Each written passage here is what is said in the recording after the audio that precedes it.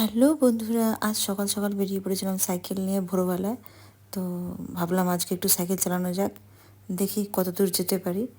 Cycle চালাতে চালাতে হঠাৎ করে একটা দোকান দেখি, আপনাদেরও দেখাচ্ছি দেখুন।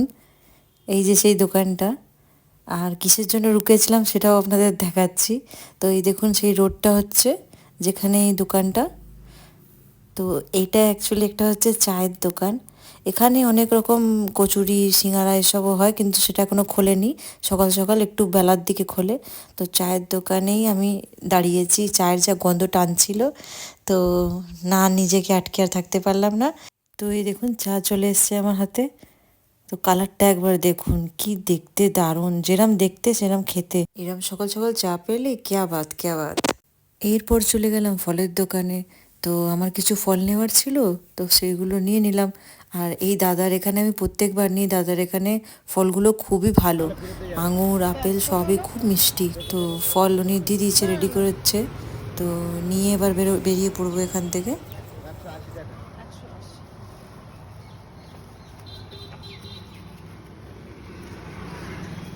এরপর বাড়ি ফিরে কয়েকটা এক্সারসাইজ করলাম, নিজেকে ওয়ার্ম আপ করলাম। এক্সারসাইজও তো লাইফে খুবই দরকার, রেগুলার এক্সারসাইজ করাটা। তাই জন্য ঝটপট করে এক্সারসাইজ করে নিলাম কয়েকটা।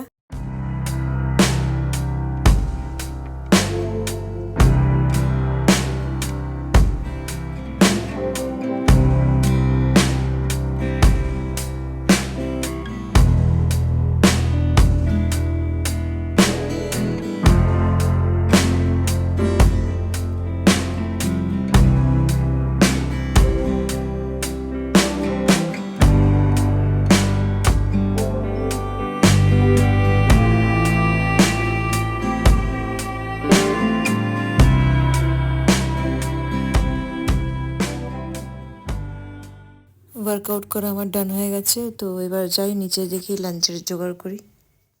আজকে হচ্ছে গিয়ে আলু মটর পনির করছি। তো রেসিপিটা আপনারা দেখতে থাকুন, আপনাদের সঙ্গে সব শেয়ার করব। তো প্রথমে দেবো একটু ঘি।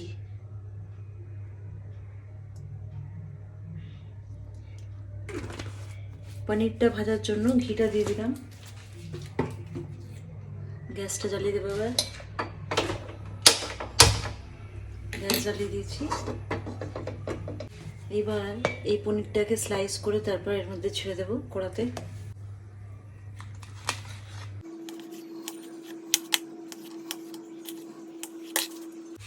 দেখতে পাচ্ছেন এগুলো স্লাইস করে নিয়েছি। এই দেখুন ঘিটা গরম হয়ে গেছে। এই দেখুন পনিরের সামান্য হলুদ আর সামান্য নুন দিয়ে রেখেছি, এবার এটাকে ছেড়ে দেব। আর কি বলুন তো, এই পনিরগুলোকে করার জন্য না ননস্টিক কড়াতে করাটাই বেটার। তো এইগুলোতে করলে চিপকে দেওয়ার চান্স থাকে। তো ননস্টিক আমি সাজেস্ট করবো আপনারা ননস্টিক কড়াতেই ইউজ করবেন এই রেসিপিটা বানানোর জন্য।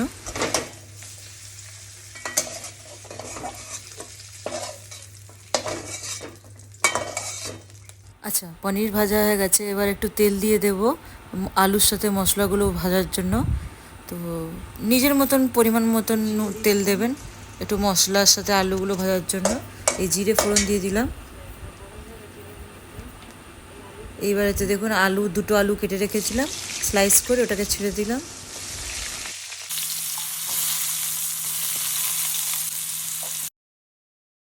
আচ্ছা, এবার এর মধ্যে নুন দিয়ে দিলাম 1.5 চামচ। আর এরপর হলুদ দেব, হলুদটাও 1.5 চামচ দেব। এই যে দেখুন, এই যে 1.5 চামচ দিয়ে দিলাম হলুদ। এবার লঙ্কার গুঁড়ো ওরমই থাকবে 1.5 চামচ। এবার দিলাম ধনের গুঁড়ো। এবার সবকটাকে একসাথে মিক্স করে নেব। এটাকে একটু ঢেকে দেব 5 মিনিটের জন্য। 5 মিনিট পর আবার ঢাকনা তুলে দেখছি যে আলুগুলো হালকা সেদ্ধ হয়ে গেছে। এবার এর মধ্যে টমেটোকে দিয়ে দেব। একটা টমেটো স্লাইস করা ছিল, বড় টমেটো, ওটাকে আমি এতে মিক্স করে নিলাম।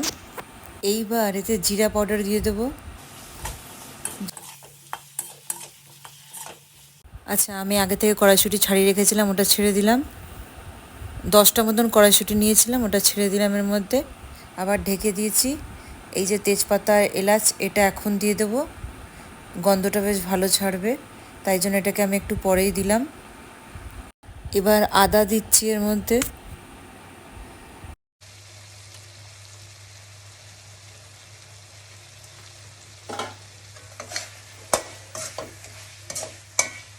ভালো করে নাড়াচাড়া করে আবার 5 মিনিটের জন্য ঢেকে দিলাম। এবার ঢাকনাটাকে খুলে এর মধ্যে জল অ্যাড করে দিলাম। ভালো করে নাড়াচাড়া করলাম। এবার পনিরটা যেটা ফ্রাই করেছিলাম ওটা ঢেলে দিলাম। আমি পনিরগুলোকে ঘিতে ফ্রাই করেছি, তারপর আবার ঢেকে দিয়েছি। এইটার দেখবেন 5 মিনিট ফুটে হাই ফ্লেমেতে কালারটা দেখবেন কিরম চেঞ্জ হয়েছে। এই যে দেখুন আলু মটর পনিরের ফাইনাল লুকটা কেমন লাগছে, একবার বানিয়ে দেখবেন, দারুণ লাগবে খেতে। চলুন এবার নেক্সট ব্লগে দেখা হবে, টাটা।